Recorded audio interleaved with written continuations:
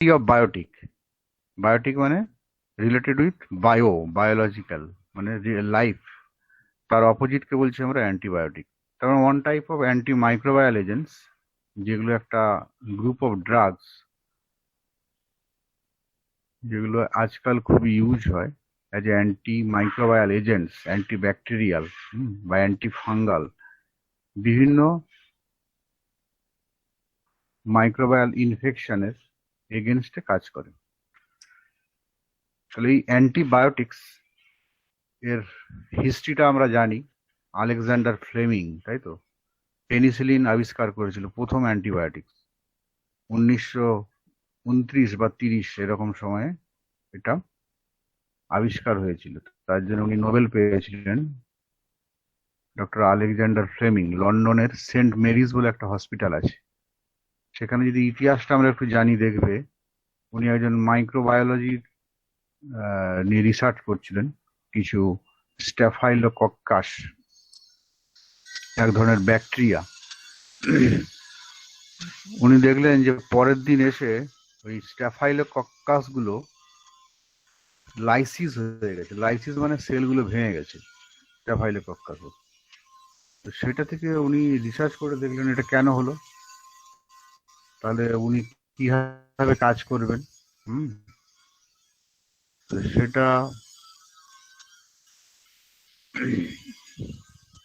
সেটার জন্য কি হলো না, উনি ফাইন্ড আউট করলেন যে ওই স্ট্যাফাইলোকক্কাস যে মোল্ডটা ছিল, মোল্ড মাইক্রোবায়োলজিতে মোল্ড বলা হয়, স্ট্রেন যেটা নিয়ে কাজ করছিলেন, সেই স্ট্যাফাইলোকক্কাসটার মধ্যে একটা কন্টামিনেশন, মানে আদার কোনো মাইক্রো অর্গানিজম ওর মধ্যে ছিল। সেই মাইক্রো অর্গানিজমটা ছিল পেনিসিলিয়াম নোটেটাম। হুম এই পেনিসিলিয়াম নোটেটাম এরই কাজ হচ্ছে ওই স্ট্যাফাইলোকক্কাসটাকে ভেঙে দেওয়া। এই পেনিসিলিয়াম নোটেটাম, এই মাইক্রোবসটা থেকে এক ধরনের মেটাবোলাইটস বের হয়, মেটাবোলাইটস।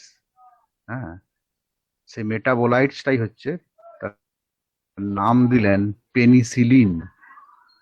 যেমন ধরো এক্সক্রিটরি প্রোডাক্ট, ধরো অ্যানিম্যাল, হিউম্যান, তাদের এক্সক্রিটরি প্রোডাক্ট মলমূত্র ত্যাগ করে, সেরকম মাইক্রোবসেরও এক্সক্রিটরি প্রোডাক্ট যেগুলো আছে, রেচন পদার্থ, সেইগুলো অনেক সময় ক্ষতি করে, আর অনেক সময় উপকার করে।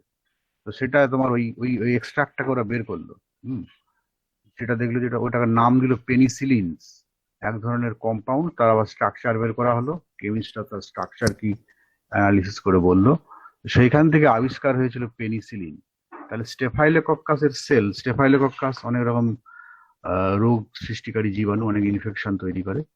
তো সেই তার সেলটাকে মেরে দিচ্ছে। তাহলে এইটাই তখন পরে আবার কাজে লাগালো আমাদের মেডিসিন যারা doctors, as a anti microbial agent. তাহলে এই হিস্ট্রিটা জাস্ট বলা হলো। তো আমাদের ডিসকাভারি অফ অ্যান্টিবায়োটিক্স, অ্যান্টিবায়োটিক্স এর এই যে কনসেপ্ট, এটা ডক্টর আলেকজান্ডার ফ্লেমিং লন্ডনের সেন্ট মেরিজ হসপিটালে একজন ফিজিশিয়ান হিসেবে রিসার্চ করছিলেন, তারই অবদান, এবং এর জন্য উনি নোবেল প্রাইজ পান।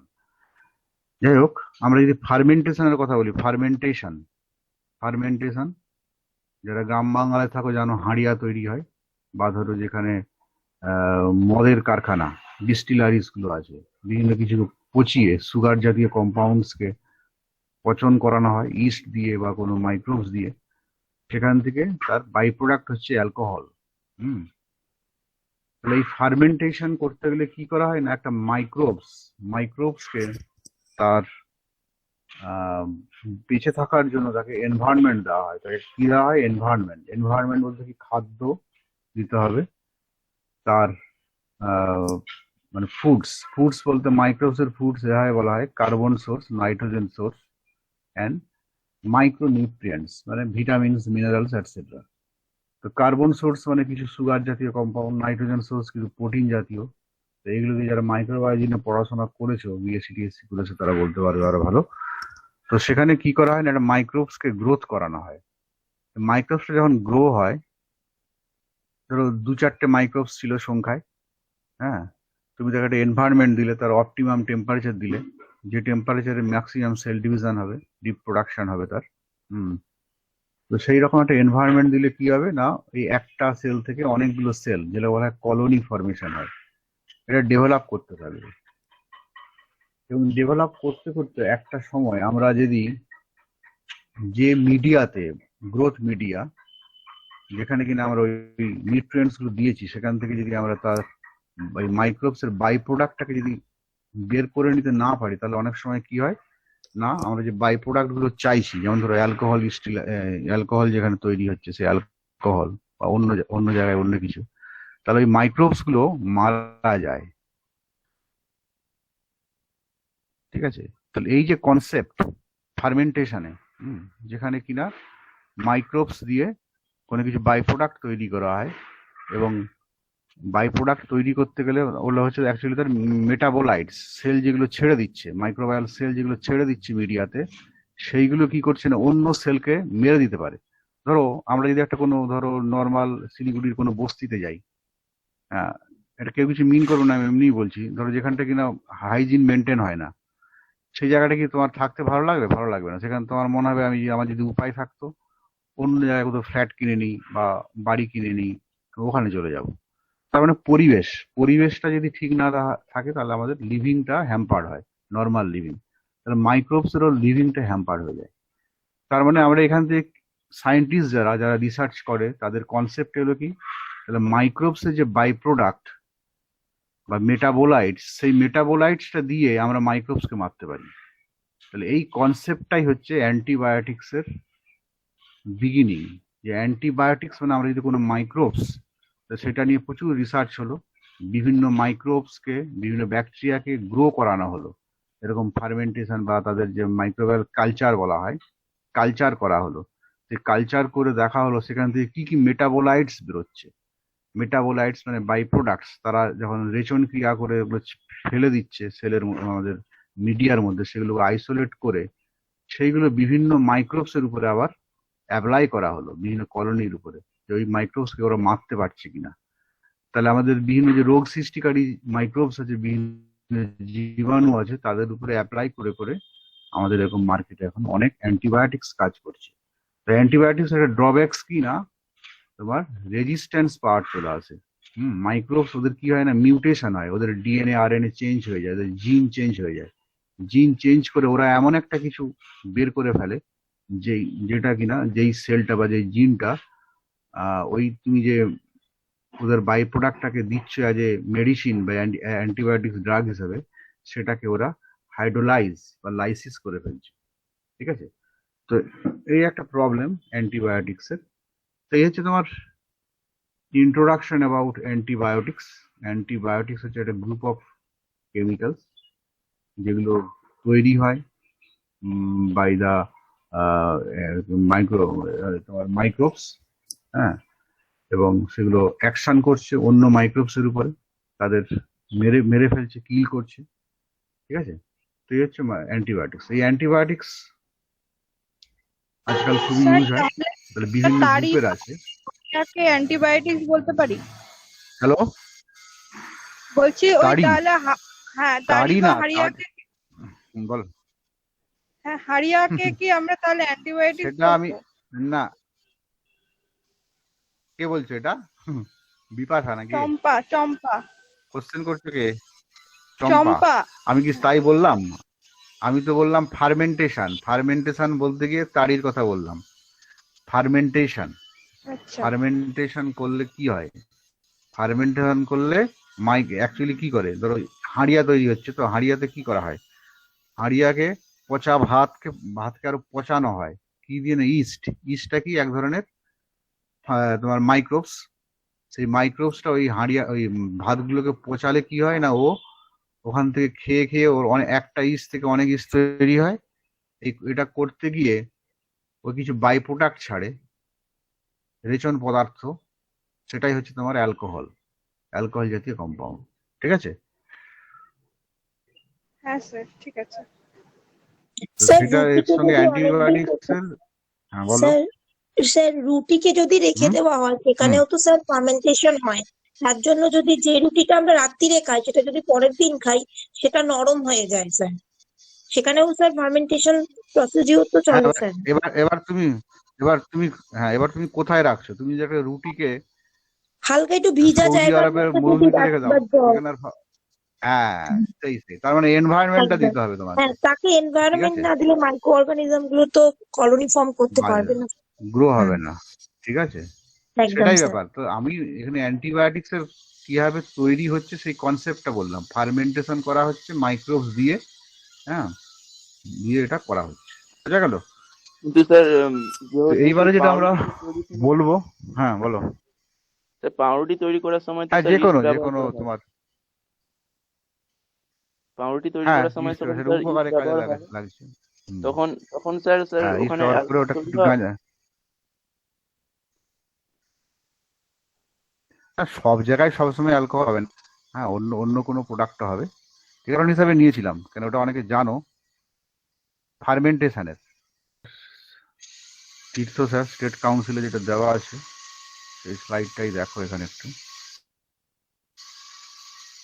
অ্যান্টিবায়োটিক্স ডেফিনেশন দিয়েছেন, substance produced by a microorganism or partially semi-synthetic by chemical synthesis that is capable in low concentrations of inhibiting the growth of or killing other microorganisms। ঠিক আছে, তাহলে মাইক্রোঅর্গানিজম থেকে তৈরি হয় এবং মাইক্রোঅর্গানিজমকে মারছে, এটাই হচ্ছে অ্যান্টিবায়োটিক্স এর বৈশিষ্ট্য। হ্যাঁ, produced by microorganisms and kill microorganisms. তাহলে এটা ইটসেলফ যেটা বেরোচ্ছে মাইক্রোঅর্গানিজমস থেকে অ্যাজ এ বাই প্রোডাক্ট, সেটাও হতে পারে। আবার অনেক সময় কি করা হয় না, কিছু মডিফিকেশন করা হয়, কেমিক্যাল মডিফিকেশন। আর আজকাল পিওরলি সিনথেটিক তোমার কি বলা হচ্ছে, এই অ্যান্টিবায়োটিক্সও মার্কেটে আছে। দেখলো যে ফার্মেন্টেশন করতে হয়তো খরচা বেশি হয়ে যাচ্ছে, তার স্ট্রাকচারাল ফিচার্সটা এমন সোজা যে ল্যাবরেটরিতে সিনথেসিসও করা হয় কিছু কিছু। তো অরিজিনালি মাইক্রোবস থেকে তৈরি হতো, তারপরে কিছু স্ট্রাকচারাল ফিচার্সকে মডিফাই করা হলো। আর উম, আর এখন কিছু কিছু আবার পুরোপুরি সিনথেসিসও করা যায়, যেমন ধরো ক্লোরামফেনিকল ল্যাবরেটরিতে সিনথেসিস বেশি করা হয়। ঠিক আছে।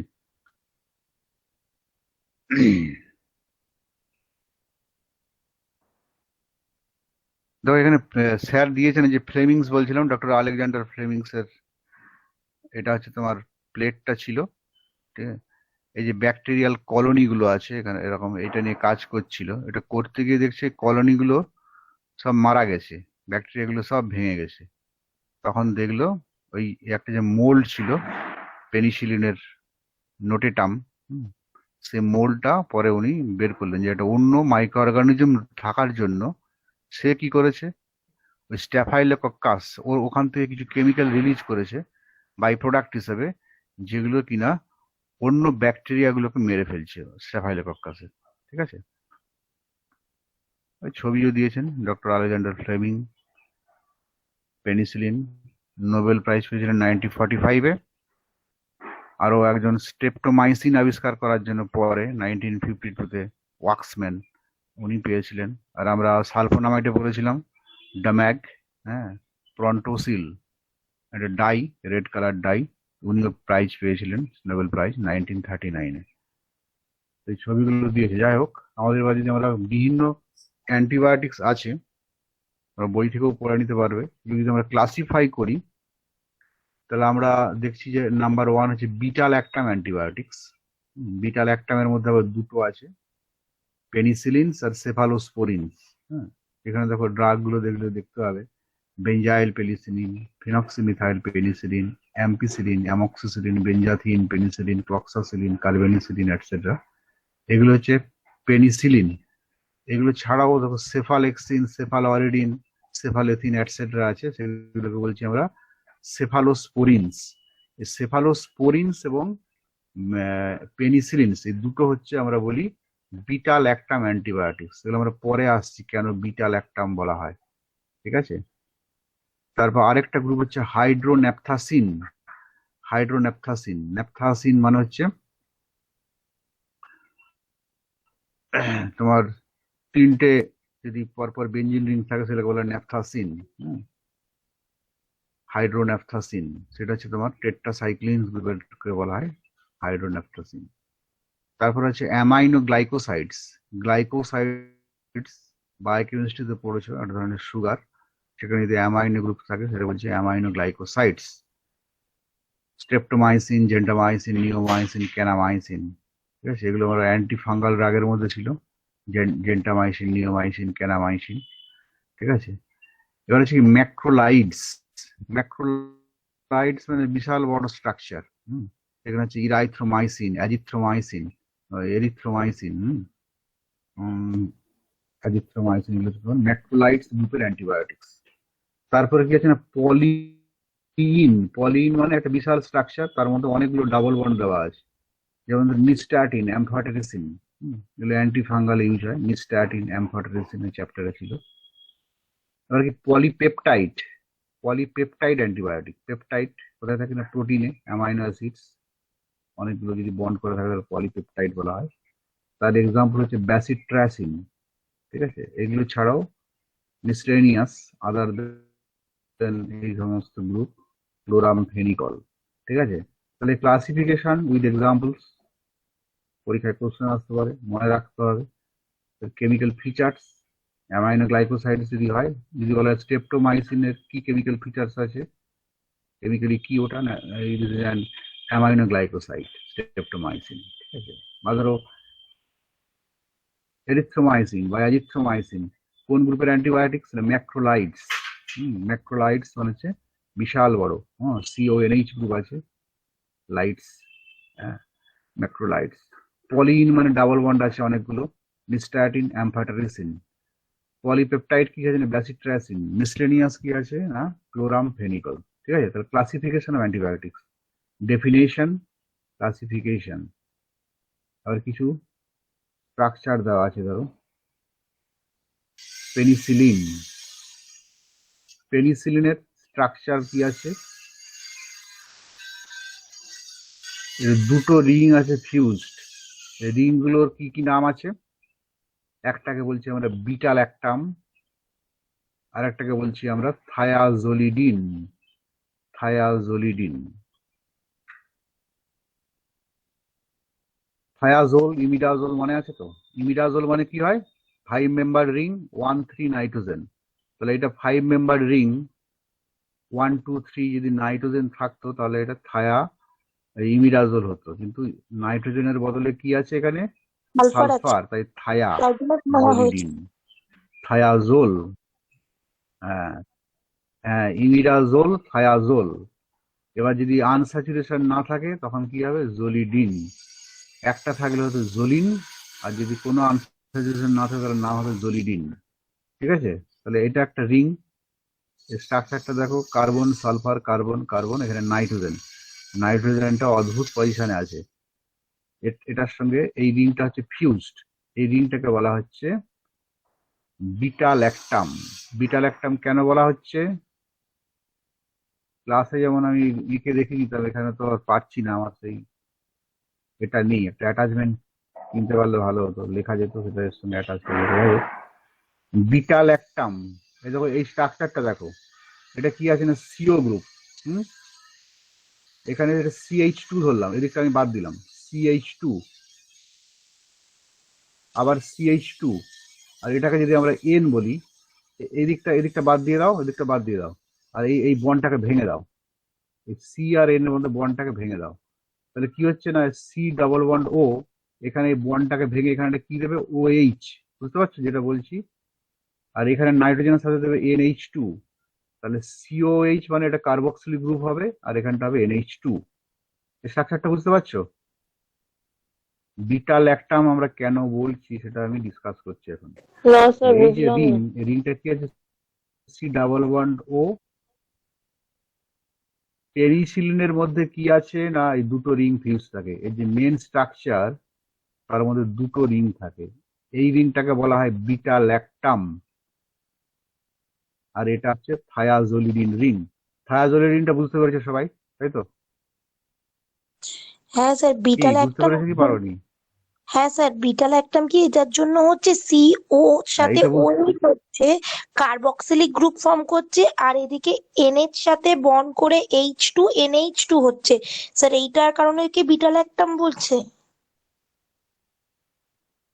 না সেটা আমাকে বলতে দাও। আগে তুমি এই রিংটা দেখতে পাচ্ছ তো সবাই? হ্যাঁ স্যার। এই স্ট্রাকচারটা তো তৈরি হয়েছে, ঠিক আছে? তো এর এর এর আগে কি ছিল সেটা যদি আমরা ভাবি, কেমিস্ট্রিটা তুমি একটু ডিসকাস করো, অ্যানালিসিস করো, এই স্ট্রাকচারটা যদি অ্যানালিসিস করি কি আছে। এটা সি ডাবল বন্ড ও, এই বন্ডটাকে আমরা ভেঙে দিলাম, এখানে একটা ওইচ লাগালাম, তাহলে কি হবে? এটা কার্বক্সিলিক গ্রুপ হয়ে যাবে তো, সিও ডাবল বন্ড ওইচ, ঠিক আছে? এই এই যদি বন্ডটাকে আমরা ভেঙে দিই, সিএন ভেঙে দিচ্ছি, ভেঙে এটাকে আমরা কি বলছি না, সি ডাবল বন্ড ও ওইচ, মানে কার্বক্সিলিক গ্রুপ। ক্লিয়ার? আর এখানে এই বন্ডটা ভাঙার পর এটা বলছি আমরা একটা অ্যামিন গ্রুপ, NH2, ঠিক আছে? এবার এই স্ট্রাকচারটাকে তুমি নিয়ে নাও, কি নিচ্ছি আমরা না, C double OH, CH2 NH2। Clear সবার কাছে? নিজেদের কাছে খাতা আছে? হ্যাঁ খাতা পেন স্যার নিয়ে ওটাই লিখতে পারো আসছে। পাশে। আগে দেখো, C double H, CH2 NH2, স্ট্রাকচারটা যেরকম আছে না এরকম বাঁকা করে লেখো। দুটো এরকম CH2 গ্রুপ, নিচের লাইন টেনে সি ডাবল ওইচটা এরকম লেখো, আর এদিকে নিচে NH2 হাইড্রোজেন দাও, এদিকে একটা হাইড্রোজেন, এদিকে একটা হাইড্রোজেন। ক্লিয়ার?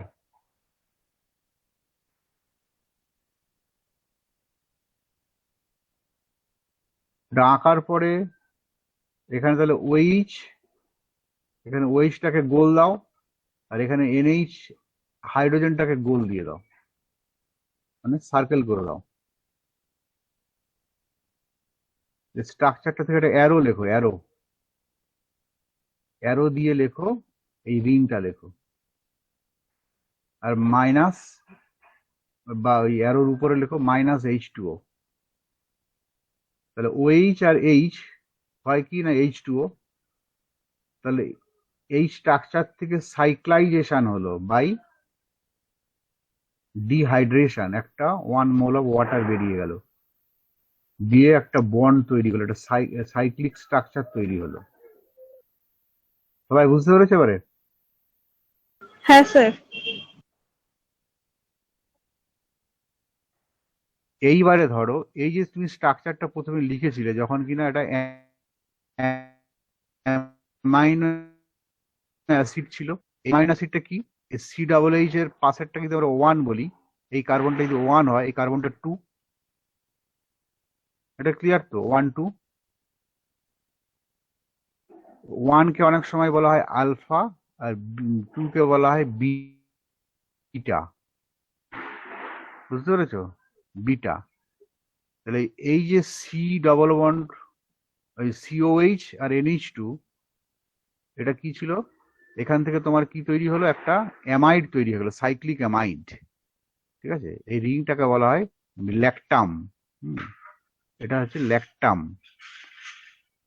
বিটা পজিশনের জন্য হচ্ছে এই নাইট্রোজেন, আর যদি অ্যামিন থাকে, ধরো কোনো স্ট্রাকচারের মধ্যে COH আছে আর NH2 আছে, এবং তাদের দূরত্ব যদি এরকম হয়, মানে দুটো ডিফারেন্টে, তাহলে ওদের মধ্যে ধরো অ্যাসিড আর এটা অ্যামিন, অ্যাসিড অ্যামিন পাশাপাশি থাকবে না তো, ইনকম্প্যাটেবল তো তারা। তারা সবসময় চেষ্টা করবে কি নিজেদের মধ্যে বন্ড তৈরি করতে, ঠিক আছে? জল বের করে দেবে, দিয়ে বন্ড তৈরি করবে, ঠিক আছে?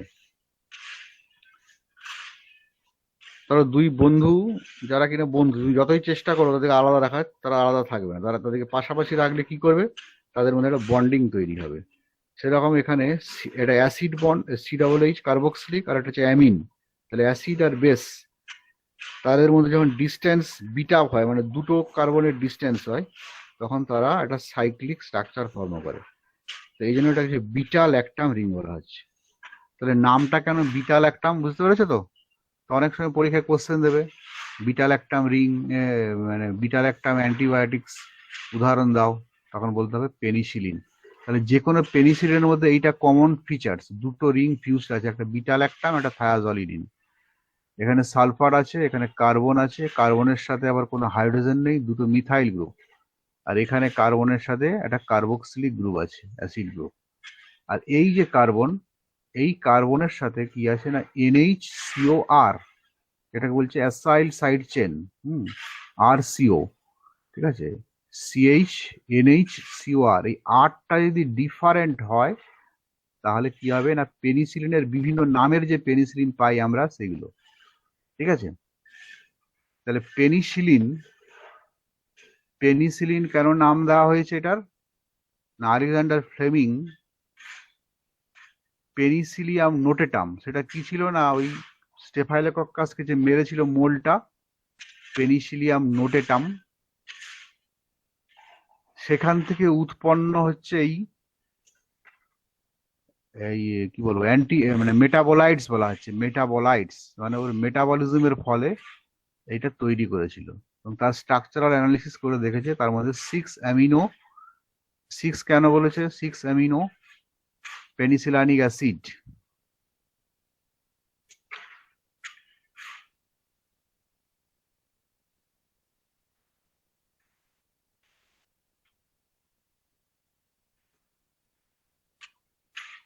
এটা 1 সালফারটা, এই কার্বনটা 2, এটা 3, এই নাইট্রোজেন যেহেতু হেটেরো অ্যাটম আছে তাই এখানে নাম্বার দিয়েছে, নাহলে ওটাকে স্কিপ করে যায়, যখন ফিউজ থাকে অনেক সময় স্কিপ করে, এখানে স্কিপ করে না।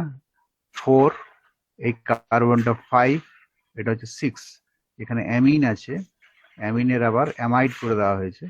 যাই হোক এই অ্যামিন থাকার জন্য এটাকে বলা হয় 6 অ্যামিনো পেনিসিলানিক অ্যাসিড।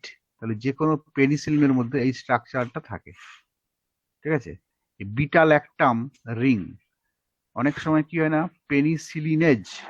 পেনিসিলিনেজ বলে একটা এনজাইম, যে কোনো এজ কথার মানে হচ্ছে এনজাইম, এটাকে বলা হয় বিটা ল্যাকটামেজও বলা হয়। তাহলে যে সমস্ত মাইক্রোবস রেজিস্ট্যান্ট হয়ে যায় তাদের মধ্যে কি না এই এনজাইমটা থাকে, তাহলে এই এনজাইমটা তৈরি করে কি করে না এই বন্ডটাকে ভেঙে দেয়, এই বন্ডটাকে ভেঙে দিলে পেনিসিলিনটা ভেঙে যাবে, তাহলে পেনিসিলিনের আর কোনো অ্যাক্টিভিটি থাকবে না, বোঝা গেল। Beta lactamase inhibitors clavulanic acid is added with penicillin. দেখবে ক্ল্যাভ্যাম বলে একটা ওষুধ পাওয়া যায়, খুবই ইউজ হয়, অ্যান্টিবায়োটিক্স এর দুটোর কম্বিনেশন, পেনিসিলিন প্লাস ক্ল্যাভুলেনিক অ্যাসিড। ক্ল্যাভুলেনিক অ্যাসিডটা কেন দেওয়া হয় না, এটা কি করে না এই এনজাইমটাকে ইনহিবিট করে, যাতে এই বন্ডটাকে না ভাঙতে পারে।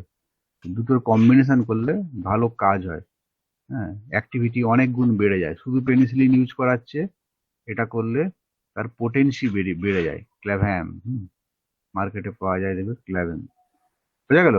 তাহলে এই যে সাইড চেন আর এর বিভিন্ন স্ট্রাকচার দিয়েছে, ধরো বেঞ্জাইল পেনিসিলিন, পেনিসিলিন জি নামে মার্কেটে বলা হয়, অ্যাকচুয়ালি বেঞ্জাইল গ্রুপ আছে, এই ফিনাইল, এটা CH2 গ্রুপ, ঠিক আছে, নোমেনক্লেচার করে দিয়েছে, যাই হোক এটা আছে।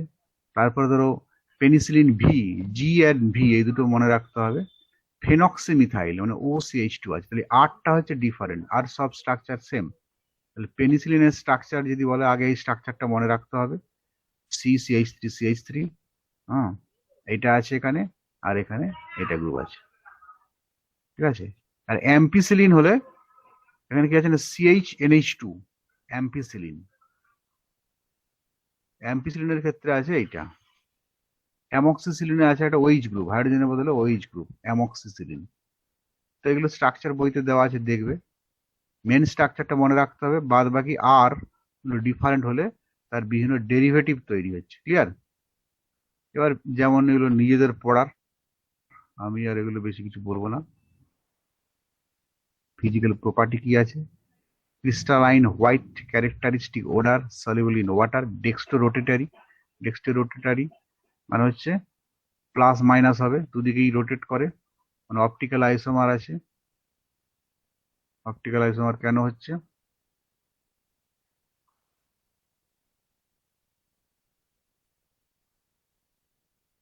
এইখানে কোনো গ্রুপ আছে যেটা কিনা attached with various group. Sir plus minus rotate করে মানে ওইটা কোন সাইডটা বুঝতে পারলাম না।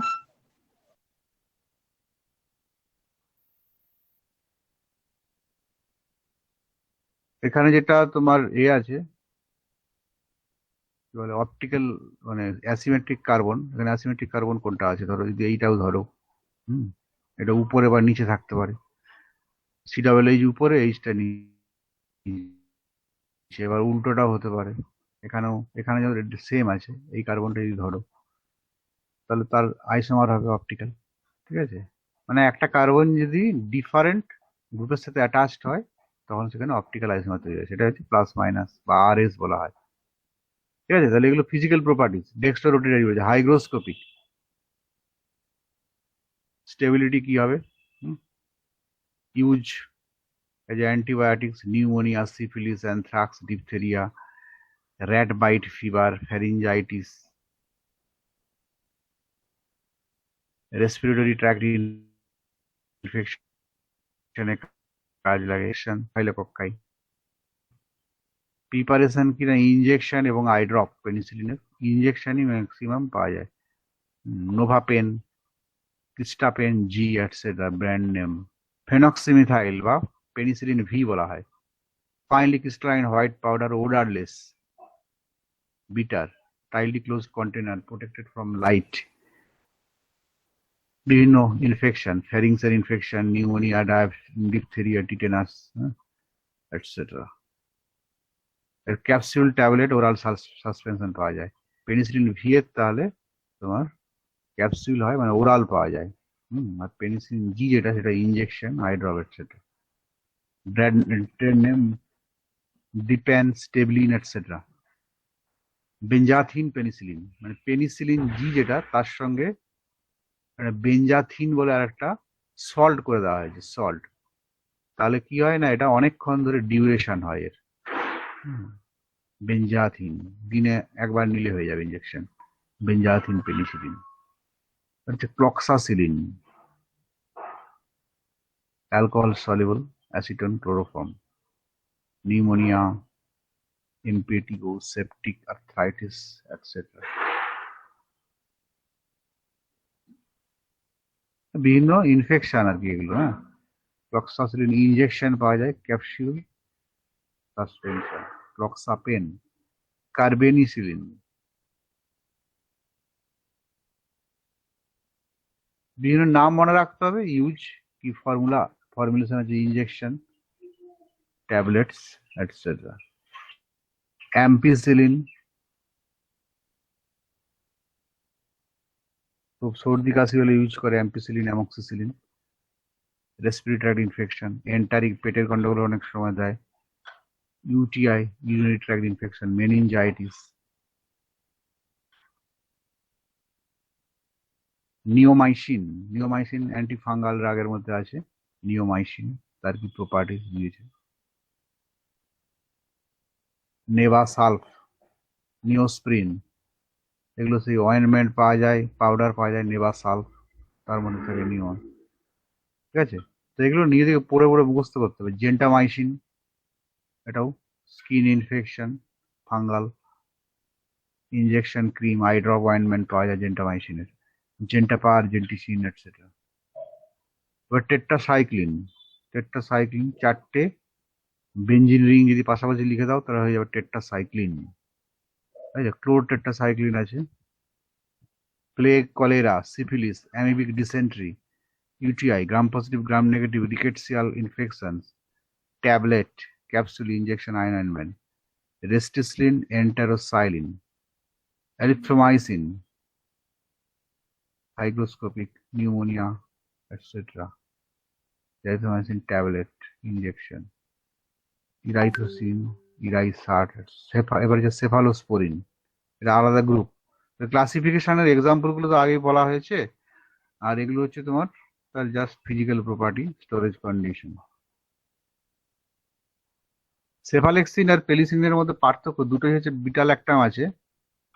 হ্যাঁ, সেফালেক্সিনের মধ্যে কি আছে একটা স্ট্রাকচার দেয়নি।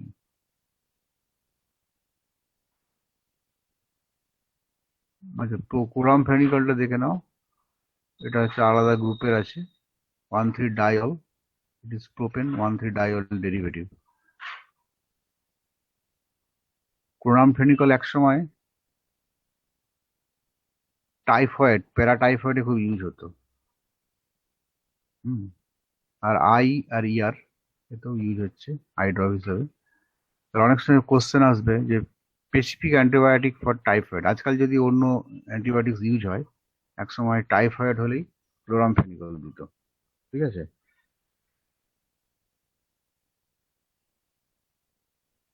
এবার যেটা তোমাদের বলছিলাম, সেফালেক্সিন বা সেফালরিডিন, এগুলো হচ্ছে সেফালোস্পোরিন গ্রুপ।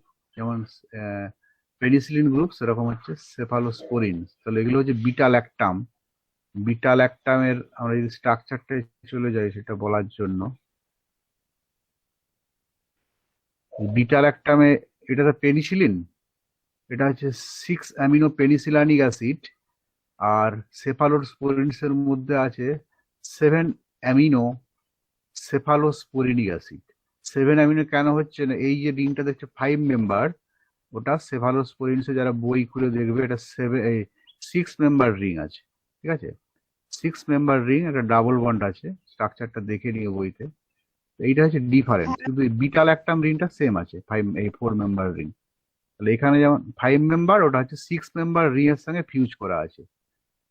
দুটোই হচ্ছে বিটা ল্যাকটাম অ্যান্টিবায়োটিক্স, পেনিসিলিনস এবং সেফালোস্পোরিনস, কিন্তু ডিফারেন্স হচ্ছে এটা 6 মেম্বার রিং আছে এটা। ঠিক আছে, স্ট্রাকচারটা একটু দেখে নিও। এবার এখানে একটা জিনিস আমি মেনশন করতে চাইছি, যে অ্যান্টিবায়োটিক্সকে আবার বলা হয় broad spectrum antibiotics. Broad spectrum কথাটার মানেটা কি না, ব্রড, ব্রড মানে অনেকটা বিস্তৃত, স্পেকট্রাম মানে কি না অনেক ধরনের মাইক্রোবস আছে, তো যারা মাইক্রোবায়োলজিস্ট তারা বলতে পারবে গ্রাম positive, gram negative, aerobic, anaerobic, এরকম বিভিন্ন ক্লাসিফিকেশন আছে মাইক্রোবসের। তাহলে তাদের বিভিন্ন রকম স্ট্রাকচারাল ফিচার্স আছে। তাহলে যে কোনো অ্যান্টিবায়োটিক্স যে কোনো মাইক্রোবসকে মারতে পারবে না। ঠিক আছে, এবার কিছু কিছু অ্যান্টিবায়োটিক্স আছে যেগুলো কিনা বিভিন্ন টাইপের, বিভিন্ন ভ্যারাইটির অ্যান্টিবায়োটিক্সকে মারতে পারে, তো তাদের আমরা বলি ব্রড স্পেকট্রাম। যেমন ধরো টেট্রাসাইক্লিন বা পেনিসিলিন ব্রড স্পেকট্রাম। বা তোমার যেগুলো ম্যাক্রোলাইটস আছে সেগুলোও ব্রড স্পেকট্রাম অ্যান্টিবায়োটিক্স। আমরা কি করি, টেট্রাসাইক্লিনটা বেশি ইউজ করি। তার কারণ কি, তোমাকে পরীক্ষায় কোশ্চেন দিতে পারে, which antibiotics is prescribed in epidemic condition. Epidemic তো বোঝো, এপিডেমিক হয়ে যায়, যেমন ধরো আমাদের এখন প্যান্ডেমিক চলছে, এপিডেমিক প্যান্ডেমিক, হ্যাঁ, মহামারী আর কি, অতিমারি। এটা অতিমারি, প্যান্ডেমিক, মহামারী, এপিডেমিক। তো মহামারী তখনই হয় যখন কিনা মানুষ জানে না যে কি কারণে রোগটা ছড়াচ্ছে। হ্যাঁ, তখন ধরো প্লেগ হয়েছিল এক সময়, প্লেগ, সেটা ডিসকভার হতে হতে বহু মানুষ মারা গিয়েছিল। একটা জীবাণু ছড়িয়ে যাচ্ছিল ইঁদুরে, জীবাণুটাকে মানুষ মানে ফার্স্ট টাইম এসছিল, তাহলে ওর এগেনস্টে কোন অ্যান্টিবায়োটিক্স বা কোন অ্যান্টিমাইক্রোবাল ড্রাগ কাজ করবে মানুষ জানে না। তখন ডক্টররা কি করে না, এপিডেমিক কন্ডিশনে যখন কিনা আননোন কোনো ফিভার হচ্ছে যেটা মানুষকে মেরে ফেলছে, কোনো জীবাণুকে মেরে ফেল, এই কোনো অ্যানিমেলকে মেরে ফেলছে, তখন কি করে না এই ব্রড স্পেকট্রাম অ্যান্টিবায়োটিক গুলো ডক্টররা প্রেসক্রাইব করে। ধরো শিলিগুড়িতে অনেকদিন আগে একবার একটা জ্বর হয়েছিল, কি নিপা ভাইরাস না কি এসেছিল, অনেক মানুষ মারা গেছিল। তখন দেখবে যাদের মেডিসিন সব আছে সবাই নিজেদের মতো করে টেট্রাসাইক্লিন কিনে খাচ্ছিল, মানে ক্রাইসিস হয়ে গেছিল মার্কেটে। এবং এই টেট্রাসাইক্লিন ডাক্তারদের প্রেসক্রিপশন ছাড়া খাওয়া উচিত নয়, এরা মানুষকে দুর্বল করে দেবে, তোমার ভেতরে যে বডির মধ্যে যে উপকারী ব্যাকটেরিয়াগুলো আছে বা মাইক্রো, সেগুলোকে মেরে ফেলবে, তার ডোজ আছে। তাহলে আমি এটাই বলতে চাইছি যে ব্রড স্পেকট্রাম অ্যান্টিবায়োটিক্স এপিডেমিক কন্ডিশনে ডক্টররা ইউজ করে। উদাহরণ হচ্ছে ম্যাক্সিমাম হচ্ছে টেট্রাসাইক্লিন। পেনিসিলিনও বলা হয়, পেনিসিলিন সাধারণত ইউজ করে না, অনেক সময় পেনিসিলিনের একটা দেওয়ার আগে ইনজেকশন দিয়ে দেখে নেয় ওর কোনো, ওটা সহ্য করতে পারবে কিনা বডি। হ্যাঁ, অনেক সময় পেনিসিলিনের একটা রেজিস্ট্যান্স তৈরি হয় বডিতে, তার অনেক রকম সাইড এফেক্টস দেখা যায়। তাই জন্য পেনিসিলিন ইনজেকশন দেওয়ার আগে স্কিনে অল্প একটু দিয়ে দেখে নেয় ডার্মিসের মধ্যে কোনো র্যাশ ফর্ম করছে কিনা এটসেট্রা। তাহলে এইগুলো ব্যাপার। হ্যাঁ, তাহলে এটা এটা অনেক বড় চ্যাপ্টার, তো আমি শর্টে পড়িয়ে দিলাম, কারণ তোমাদের ফার্স্ট ইন্টারনাল আমরা সরস্বতী পুজোর পরে নেব, ডেটটা ঠিক করা হবে। ফার্স্ট ইন্টারনালের সিলেবাসটা আমি মোটামুটি কভার করে দিলাম। বলেছিলাম যে কেমোথেরাপিউটিক এজেন্টস মানে বিভিন্ন ইনফেকশনের এগেন্স্ট যা পড়ানো হলো। কেমোথেরাপিউটিক এজেন্টস বলতে বিভিন্ন ইনফেকশনের এগেন্স্টে যেগুলো কাজ করে, যে ম্যালেরিয়া হলে কি ওষুধ খাবে, ফাঙ্গাল ইনফেকশনে কি হবে, কারো যদি ক্রিমির ইনফেকশন হয় হেলমিনস অ্যানথেলমিন্টিক ড্রাগস কি আছে, বা অ্যামিবা আমাশা হলে কি ওষুধ খাবে, বা সর্দি কাশি হয়েছে অনেক দিন ধরে কাশি, অ্যান্টিবায়োটিক্স খেতে হবে, কি কি অ্যান্টিবায়োটিক্স তাদের সম্বন্ধে আমাদের জানতে হবে। তো তো সেইগুলো, বা অ্যান্টিসেপটিক কি কি আছে, ডেটলের মধ্যে কি অ্যান্টি অ্যাক্টিভ ইনগ্রেডিয়েন্ট আছে, স্যাভলনে কি থাকে অ্যাক্টিভ ইনগ্রেডিয়েন্ট, ঠিক আছে। তো এইগুলো আমাদের পড়তে হবে, জানতে হবে। তো সেগুলো নিয়ে